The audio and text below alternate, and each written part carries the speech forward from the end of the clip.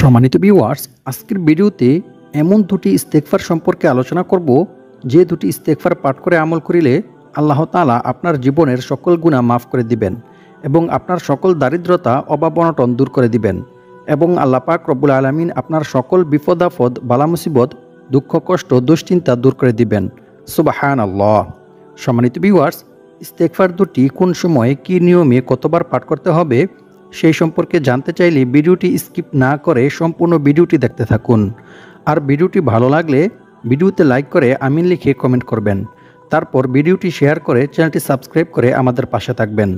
সম্মানিত ভিউয়ার্স, ইস্তেগফার দুটি খুবই গুরুত্বপূর্ণ ইস্তেগফার, তাই আপনারা সকলেই ভিডিওটি না টেনে সম্পূর্ণ ভিডিওটি মনোযোগ দিয়ে দেখতে থাকুন এবং কী নিয়মে ইস্তেগফারগুলি পাঠ করতে হবে সেই সম্পর্কে জানতে চাইলে ভিডিওটি সম্পূর্ণ দেখতে থাকুন। সম্মানিত ভিউয়ার্স, প্রথমে আমরা ইস্তেগফার পাঠ করার গুরুত্ব ও ফজিলত সম্পর্কে এবং ইস্তেগফার পাঠ করার পুরস্কার সম্পর্কে কোরআন এবং হাদিস থেকে জেনে নেব ইনশাআল্লাহ। রাসূল সাল্লাল্লাহু আলাইহি ওয়াসাল্লাম বলেন, আল্লাহ তাআলা ওই ব্যক্তির চেহারা উজ্জ্বল করে দেন যে ব্যক্তি আমার কোনো হাদিস শুনেছে অতঃপর তা অন্যের কাছে পৌঁছে দিয়েছে। সুবহানাল্লাহ। সুনানে আবু দাউদ হাদিস নং 15। সম্মানিত ভিউয়ার্স, আপনারাও যদি এই ভিডিওটি শুনে উপকৃত হয়ে ভিডিওটি শেয়ার করে দেন এবং আপনাদের কারণে অন্য মানুষরাও শুনতে পারে, তাহলে আপনারাও এই হাদিসের ফজিলত অর্জন করতে পারবেন এবং আল্লাহ পাক রব্বুল আলামিন আপনাদের চেহারা উজ্জ্বল করে দেবেন ইনশাআল্লাহ। সম্মানিত ভিউয়ার্স, ইস্তেগফার পাঠ করার গুরুত্ব দিয়ে আল্লাহ তাআলা পবিত্র কোরআনের মধ্যে বলেন, ইল্লা মান তাবা ওয়া আমানা ওয়া আমিলা আমালান সালিহা ফাউলাইকা ইউবাদদিলুল্লাহু সাইয়্যাতিহিম হাসানাত ওয়া কানাল্লাহু গফুরুর রহিমা। অর্থ, তবে যে ব্যক্তি তাওবা করে ঈমান আনে এবং সৎকর্ম করে পরিণামে আল্লাহ তাআলা তার পাপগুলোকে নেকি দ্বারা পরিবর্তন করে দেন। সুবহানাল্লাহ। আল্লাহু আকবার। আল্লাহ তাআলা অতি ক্ষমাশীল ও পরম দয়ালু। সূরা ফুরকান আয়াত নং 70। অর্থাৎ যে ব্যক্তি আল্লাহর ভয়ে গুনাহ করার পর আল্লাহ তাআলার কাছে তাওবা ইস্তেগফার করে ক্ষমা প্রার্থনা করে, আল্লাহ তাআলা তার সেই আগের গুনাহগুলি নেকি দ্বারা পরিবর্তন করে দেন। সুবহানাল্লাহ। সম্মানিত ভিউয়ার্স, হযরত আলী রাদিয়াল্লাহু তাআলা আনহুকে এক ব্যক্তি জিজ্ঞাসা করেছিল এমন একজন ব্যক্তি সম্পর্কে যে ব্যক্তি গুনাহ করত তারপর তাওবা করত, সে পুনরায় আবার গুনাহ করে ফেলত, তারপর সে আবার তাওবা করত, এভাবে সে বারবার গুনাহের কাজে মশগুল হয়ে যেত এবং বারবার তাওবা করত। এরূপ করতে থাকা ব্যক্তির কি অবস্থা হবে?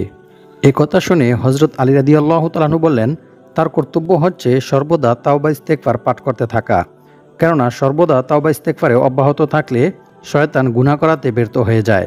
ফলে শয়তান বলতে থাকে, এই ব্যক্তিকে সর্বদা গুনাহের কাজে মশগুল রাখতে আমি অক্ষম। ফলে ধীরে ধীরে ওই ব্যক্তি গুনাহের কাজ থেকে দূরে সরে যায়। সুবহানাল্লাহ। সম্মানিত ভিউয়ার্স, গুনাহ করার পর তাওবা করা একজন প্রকৃত মুমিনের গুণ। মানুষের মাঝে গুনাহ করার পর তাওবা করার এবং আপন রবের কাছে ফিরে যাওয়ার ক্ষমতা আছে বলেই আল্লাহ তাআলা মানুষ জাতিকে সৃষ্টি করেছেন। এক হাদিসে রাসূল সাল্লাল্লাহু আলাইহি ওয়াসাল্লাম বলেন, সেই মহান সত্তার কসম যার হাতে আমার প্রাণ, যদি তোমরা গুনাহ না করতে তাহলে আল্লাহ তাআলা তোমাদেরকে ধ্বংস করে দিয়ে তোমাদের পরিবর্তে এমন এক জাতি দুনিয়াতে পাঠাতো যারা গুনাহ করত এবং আল্লাহ তাআলার কাছে ক্ষমা প্রার্থনাও করত, আর আল্লাহ তাআলা তাদেরকে ক্ষমাও করে দিতেন। সুবহানাল্লাহ। আল্লাহু আকবার। মুসলিম শরীফ হাদিস নং 2748। সম্মানিত ভিউয়ার্স, এই হাদিস দ্বারা বোঝা গেল বান্দা গুনাহ করবে এটা স্বাভাবিক, তবে গুনাহ করার পর যে সমস্ত বান্দাবান্দিরা আল্লাহর ভয়ে আল্লাহর আযাবের ভয়ে আল্লাহ তাআলার কাছে ক্ষমা প্রার্থনা করে তাওবা ইস্তেগফার করে, আল্লাহ তাআলা তাদেরকে অনেক ভালোবাসেন এবং অনেক পছন্দ করেন। আল্লাহু আকবার। সম্মানিত ভিউয়ার্স, গুনাহের কাজ করতে থাকলে মানুষের হৃদয় অন্তর কঠোর হয়ে যায়। রাসূল সাল্লাল্লাহু আলাইহি ওয়াসাল্লাম বলেছেন, বান্দা যখন একটি গুনাহ করে তখন তার অন্তরে একটি কালো দাগ পড়ে, অতঃপর যখন সে গুনাহের কাজ পরিহার করে এবং আল্লাহ তাআলার কাছে ক্ষমা প্রার্থনা করে ও তাওবা ইস্তেগফার করে, তখন তার অন্তর পরিষ্কার ও দাগমুক্ত হয়ে যায়। সুবহানাল্লাহ। তিরমিজি শরীফ হাদিস নং 3334। অপর এক হাদিসে বলা হয়েছে, রাসূল সাল্লাল্লাহু আলাইহি ওয়াসাল্লাম বলেছেন, নিশ্চয়ই আল্লাহ তাআলা বান্দার তাওবা কবুলের জন্য পশ্চিম দিকে একটি দরজা খুলে রেখেছেন, যার প্রশস্ততা হচ্ছে 70 বছরের পথ।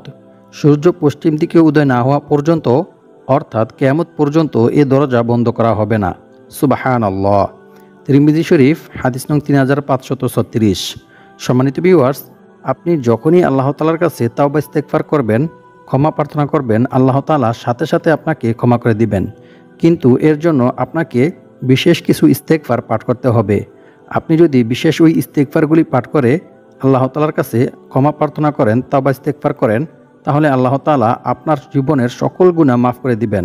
পাশাপাশি আল্লাহ তাআলা আপনার সকল বিপদ আপদ, বালা মুসিবত, দুঃখ কষ্ট, দুশ্চিন্তা, দারিদ্রতা, ঋণ দূর করে দিবেন। সুবহানাল্লাহ। অন্য এক হাদিসে বলা হয়েছে, রাসূল সাল্লাল্লাহু আলাইহি ওয়াসাল্লাম বলেন, অবশ্যই শয়তান আদম সন্তানের শিরা উপশিরায় বিচরণ করে। মুসলিম শরীফ হাদিস নং 2174। অর্থাৎ শয়তান আদম সন্তানের শিরা উপশিরায় রগে রগে বিচরণ করে আদম সন্তানকে ধোঁকা দিতে থাকে, ওয়াসওয়াসা দিতে থাকে, যাতে করে আদম সন্তানরা জান্নাতের পথ থেকে দূরে সরে গিয়ে জাহান্নামে চলে যায়। নাউজুবিল্লাহি মিন যালিক। কারণ এই শয়তান আদম সন্তানের কারণেই শয়তান হয়েছিল, হালাক হয়েছিল। তাই সে আল্লাহ তাআলাকে বলল, যেহেতু আপনি আমাকে এই আদম সন্তানের কারণে পথভ্রষ্ট করেছেন, সে কারণে অবশ্যই আমি তাদের জন্য আপনার সোজা পথে বসে থাকব।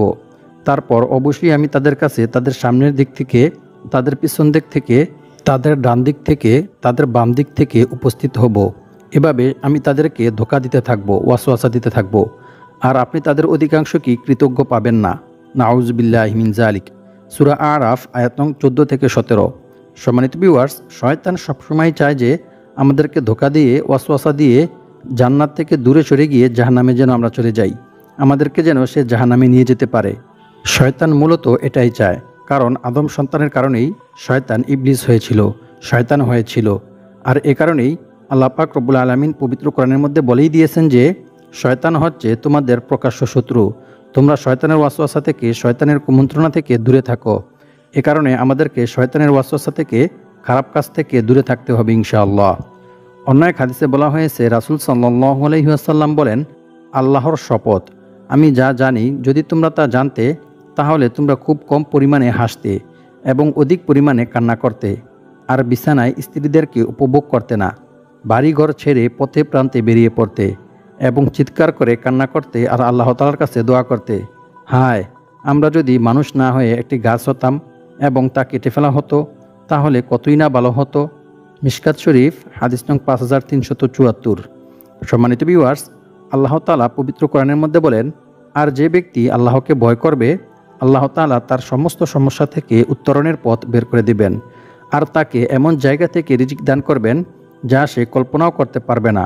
অর্থাৎ তার ধারণার বাইরে থেকে গায়বীভাবে আল্লাহ তাআলা তার রিজিকের ব্যবস্থা করে দিবেন। সুবহানাল্লাহ। আর যে ব্যক্তি আল্লাহর উপর ভরসা করবে, তার জন্য তিনিই যথেষ্ট হবেন। নিশ্চয়ই আল্লাহ তাআলা তার মনের সকল নেক ইচ্ছা পূরণ করবেনই। সুবহানাল্লাহ। সম্মানিত ভিউয়ার্স, আল্লাহ তাআলা বান্দার নেক আমল দেখেন না। বান্দার নেক আমল দিয়ে আল্লাহর কোনো লাভ এবং লস কিছুই হবে না, বরং আল্লাহ তাআলা বান্দার তাকওয়া দেখেন। বান্দা আল্লাহ তাআলাকে কতটুকু ভয় পায় এবং আল্লাহর ভয়ে বান্দা আল্লাহর হুকুম কতটুকু পালন করে, এবং বান্দার দ্বারা ইচ্ছায় কিংবা অনিচ্ছায় কোনো গুনাহ সংগঠিত হয়ে গেলে বান্দা আল্লাহর ভয়ে, আল্লাহর আযাবের ভয়ে তাওবা ইস্তেগফার করে, ক্ষমা প্রার্থনা করে আল্লাহ তাআলার কাছে ফিরে আসে কিনা, আল্লাহ তাআলা এটাই দেখেন। আল্লাহ তাআলা বান্দার এই ভয়, বান্দার এই তাকওয়া অনেক পছন্দ করেন, অনেক ভালোবাসেন। কারণ রাসূল সাল্লাল্লাহু আলাইহি ওয়াসাল্লাম বলেছেন, মরুভূমিতে হারিয়ে যাওয়া উট খুঁজে পেয়ে উটের মালিক যতটা খুশি হয়, যখন কোনো গুনাহগার বান্দা আল্লাহ তাআলার কাছে তাওবা করে, ক্ষমা প্রার্থনা করে, তখন আল্লাহ তাআলা এর চাইতে বেশি খুশি হন। সুবহানাল্লাহ, আল্লাহু আকবার। আর বান্দা যখন তাওবা ইস্তেগফার করে, তখন আল্লাহ তাআলা অনেক খুশি হন। আর যখন আল্লাহ তাআলা বান্দার প্রতি রাজি খুশি থাকেন, তখন বান্দা আল্লাহ তাআলার কাছে যা চাইবেন, আল্লাহ তাআলা বান্দাকে তাই দান করবেন। সুবহানাল্লাহ। সম্মানিত ভিউয়ার্স, তাই অবশ্যই আমাদেরকে সর্ব অবস্থায় সবসময় বেশি বেশি তাওবা ইস্তেগফার পাঠ করতে হবে। আর আল্লাহ তাআলার উপর ভরসা করার সর্বোত্তম মাধ্যম হচ্ছে বিপদ আপদ, বালা মুসিবত, দুঃখ কষ্ট, দুশ্চিন্তা, দারিদ্রতা সর্ব অবস্থায় আল্লাহ তাআলার উপর ভরসা করা, আল্লাহ ব্যতীত আর কারো কাছে না চাওয়া, বরং সর্বদা সবসময় নফল নামাজের মাধ্যমে আল্লাহ তাআলার কাছে সাহায্য চাওয়া এবং আল্লাহর রাসূল সাল্লাল্লাহু আলাইহি ওয়াসাল্লামের শেখানো পদ্ধতি অনুযায়ী বিভিন্ন আমল করে, দোয়া করে আল্লাহ তাআলার কাছে সাহায্য চাওয়া।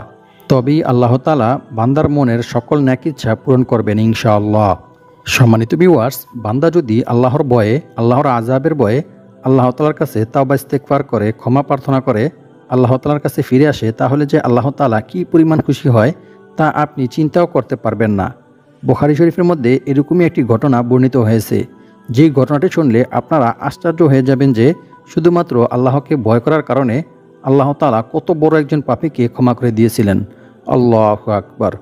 রাসূল সাল্লাল্লাহু আলাইহি ওয়াসাল্লাম বলেন, এক ব্যক্তি জীবনে কোনো ভালো কাজ করেনি, সে সারা জীবন শুধু গুনাহের কাজ করেছে, কিন্তু মৃত্যুর পূর্বে সে তার সন্তানদেরকে বললেন, আমি যখন মারা যাব তখন তোমরা আমার শরীরটাকে পুড়িয়ে ফেলবে এবং আমার শরীরের পোড়া অংশগুলো অর্ধেক জমিনে ছড়িয়ে ছিটিয়ে দিবে আর বাকি অর্ধেক অংশ সাগরে ছড়িয়ে ছিটিয়ে দিবে, কারণ আমি জীবনে কোনো ভালো কাজ করিনি, সারাটা জীবন শুধু গুনাহের কাজ করেছি।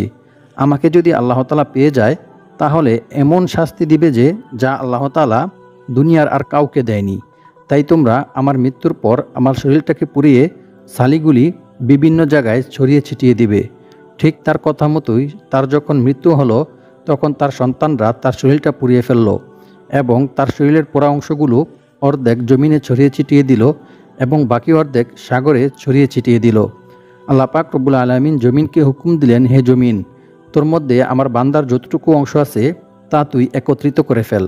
জমিন আল্লাহর হুকুম মতো তাই করলেন এবং আল্লাহ তাআলা সাগরকে হুকুম দিলেন, হে সাগর, তোর মধ্যে আমার বান্দার যতটুকু অংশ আছে তা তুই একত্রিত কর। সাগরও আল্লাহ তাআলার আদেশ মতো তাই করলেন।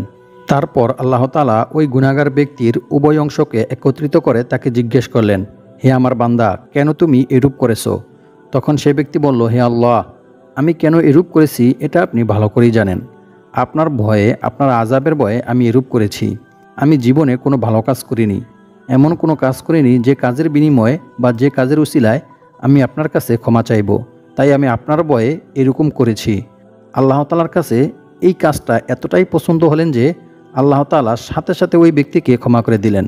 সুবহানাল্লাহ, আল্লাহু আকবার। সম্মানিত ভিউয়ার্স, আল্লাহর রাগের চাইতে আল্লাহর দয়া, আল্লাহর ক্ষমা অনেক অনেক গুণ বেশি। তাই আমরা যদি আল্লাহর ভয়ে, আল্লাহর আযাবের ভয়ে খাঁটি দিলে আল্লাহ তাআলার কাছে তাওবা ইস্তেগফার করতে পারি, ক্ষমা প্রার্থনা করতে পারি, তাহলে অবশ্যই আল্লাহ তাআলা আমাদের জীবনের সকল গুনাহ মাফ করে দিবেন এবং আমাদের সকল বিপদ আপদ, বালা মুসিবত, দুঃখ কষ্ট, দুশ্চিন্তা, দারিদ্রতা দূর করে দিবেন ইনশাআল্লাহ। সম্মানিত ভিউয়ার্স, ভয়াবহ বিপদ কিংবা প্রাকৃতিক দুর্যোগ দিয়ে মহান আল্লাহ তাআলা মাঝে মাঝে বান্দাকে পাপের শাস্তি দেন, কিন্তু বান্দা যখন ইস্তেগফারে রত হয়ে যায় তখন আল্লাহ তাআলা আযাব উঠিয়ে নেন। পবিত্র কোরআনে বলা হয়েছে, এবং আল্লাহ তাআলা এমনও নন যে লোকেরা আল্লাহ তাআলার কাছে ক্ষমা প্রার্থনা করবে ও তাওবা ইস্তেগফার করবে অথচ তিনি তাদেরকে শাস্তি দিবেন। সুবহানাল্লাহ। সূরা আনফাল আয়াত নং 33। অর্থাৎ আমরা যখনই কোনো বড় কোনো আযাব দেখব কিংবা কোনো বিপদ দেখব তখন সাথে সাথে বেশি বেশি তাওবা ইস্তেগফার পাঠ করতে থাকব, তাহলে আল্লাহ তাআলা আমাদের উপর থেকে আযাব ও গজব, বিপদ আপদ, বালা মুসিবত, দুঃখ কষ্ট, দুশ্চিন্তা দূর করে দিবেন ইনশাআল্লাহ।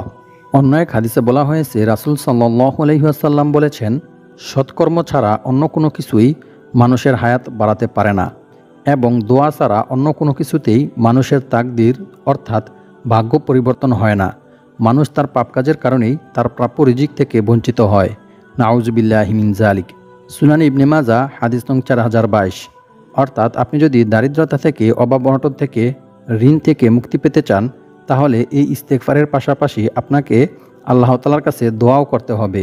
দোয়ার মাধ্যমেই অসম্ভবকেও সম্ভব করা যায় এবং দোয়ার মাধ্যমেই আল্লাহ তাআলার সিদ্ধান্তকে বদলানো যায়। তাই আমাদেরকে অবশ্যই এই ইস্তেগফার দুটি পাঠ করার পর দোয়া করতে হবে। অন্য এক হাদিসে বলা হয়েছে, রাসূল সাল্লাল্লাহু আলাইহি ওয়াসাল্লাম বলেন, যে ব্যক্তি ইস্তেগফার তথা ক্ষমা প্রার্থনা করাকে নিজের জন্য আবশ্যক করে নেবে আল্লাহ তাআলা তাকে গায়বীভাবে রিজিকের ব্যবস্থা করে দিবেন। সুবহানাল্লাহ, আল্লাহু আকবার। সুনানে নাসাই হাদিস নং 3819। সম্মানিত ভিউয়ার্স, আবু মুসা রাদিয়াল্লাহু তাআলা আনহু বলেন, আমাদের সুরক্ষা দানকারী দুটি জিনিস ছিল, তার মধ্য থেকে একটি জিনিস চিরদিনের জন্য হারিয়ে গেছে, আর সেটি হলো আমাদের মাঝে রাসূল সাল্লাল্লাহু আলাইহি ওয়াসাল্লামের উপস্থিতি। আর দ্বিতীয় জিনিসটি হচ্ছে ইস্তেগফার, যা এখনও আমাদের মাঝে বিদ্যমান রয়ে গেছে। যেদিন এটিও হারিয়ে যাবে, অর্থাৎ ইস্তেগফার করার মতো আর কোনো মানুষ থাকবে না, সেই দিন আমাদের জন্য ধ্বংস অনিবার্য। নাউজুবিল্লাহি মিন যালিক। তাই আমাদেরকে সর্ব অবস্থায় সবসময় বেশি বেশি তাওবা ইস্তেগফার পাঠ করতে হবে। অপর এক হাদিসে বলা হয়েছে, আয়েশা সিদ্দিকা রাদিয়াল্লাহু তাআলা আনহা থেকে বর্ণিত, তিনি বলেন, রাসূল সাল্লাল্লাহু আলাইহি ওয়াসাল্লাম বলেছেন, বান্দা যখন গুনাহ করার পর তা স্বীকার করে এবং অনুতপ্ত হয় অতঃপর আল্লাহ তাআলার কাছে ক্ষমা চায়, তখন আল্লাহ তাআলা বান্দাকে ক্ষমা করে দেন। সুবহানাল্লাহ। মিশকাতুল মাসাবি হাদিস নং 2330। সম্মানিত ভিউয়ার্স, রাসূল সাল্লাল্লাহু আলাইহি ওয়াসাল্লাম ইস্তেগফার পাঠ করার প্রতি উৎসাহ দিয়ে বলেন, হে লোক সকল, তোমরা আল্লাহ তাআলার কাছে বেশি বেশি তাওবা ইস্তেগফার পাঠ করো, কারণ আমি নিজেও দৈনিক শতবার তাওবা ইস্তেগফার পাঠ করি। সুবহানাল্লাহ, আল্লাহু আকবার। অপর এক হাদিসে বলা হয়েছে, আবু হুরায়রা রাদিয়াল্লাহু তাআলা আনহু থেকে বর্ণিত, তিনি বলেন, আমি রাসূল সাল্লাল্লাহু আলাইহি ওয়াসাল্লামকে বলতে শুনেছি, রাসূল সাল্লাল্লাহু আলাইহি ওয়াসাল্লাম বলেন, আল্লাহর শপথ, আমি প্রতিদিন আল্লাহ তাআলার কাছে ৭০ বারের অধিক তাওবা ইস্তেগফার পাঠ করি। সুবহানাল্লাহ। বুখারী শরীফ হাদিস নং 6307। সম্মানিত ভিউয়ার্স, একটু চিন্তা করে দেখুন, যে নবী সাল্লাল্লাহু আলাইহি ওয়াসাল্লামের একটি সগীরা গুনাহ পর্যন্ত ছিল না, সেই নবী সাল্লাল্লাহু আলাইহি ওয়াসাল্লাম যদি দৈনিক শতবার তাওবা ইস্তেগফার পাঠ করে থাকে, তাহলে আমাদের দৈনিক কতবার তাওবা ইস্তেগফার পাঠ করা উচিত? আল্লাহু আকবার। সম্মানিত ভিউয়ার্স, ইস্তেগফার পাঠ করলে যে শুধু গুনাহ মাফ হয় এমনটা নয়, বরং ইস্তেগফার পাঠ করিলে আল্লাহ তাআলা বান্দাকে সর্ব অবস্থায় সব সময় সাহায্য করেন। সকল বিপদ আপদ, বালা মুসিবত, দুঃখ কষ্ট, দুশ্চিন্তা, দারিদ্রতা দূর করে দেন এবং আল্লাহ পাক রব্বুল আলামিন গায়বীভাবে বান্দার রিজিকের ব্যবস্থা করে দেন। সুবহানাল্লাহ। আর আল্লাহর সাহায্য পাওয়ার জন্যই রাসূল সাল্লাল্লাহু আলাইহি ওয়াসাল্লাম বেশি বেশি তাওবা ইস্তেগফার পাঠ করতেন। অন্য এক হাদিসে বলা হয়েছে, রাসূল সাল্লাল্লাহু আলাইহি ওয়াসাল্লাম বলেন, যার আমলনামায় ইস্তেগফার অধিক সংখ্যায় পাওয়া যাবে তার জন্য রইল সুসংবাদ। সুবহানাল্লাহ। সম্মানিত ভিউয়ার্স, এখন আলোচনা করব কোন দুটি ইস্তেগফার কি নিয়মে কতবার পাঠ করিলে আল্লাহ তাআলা আপনাকে এইসব পুরস্কারগুলি দান করবেন।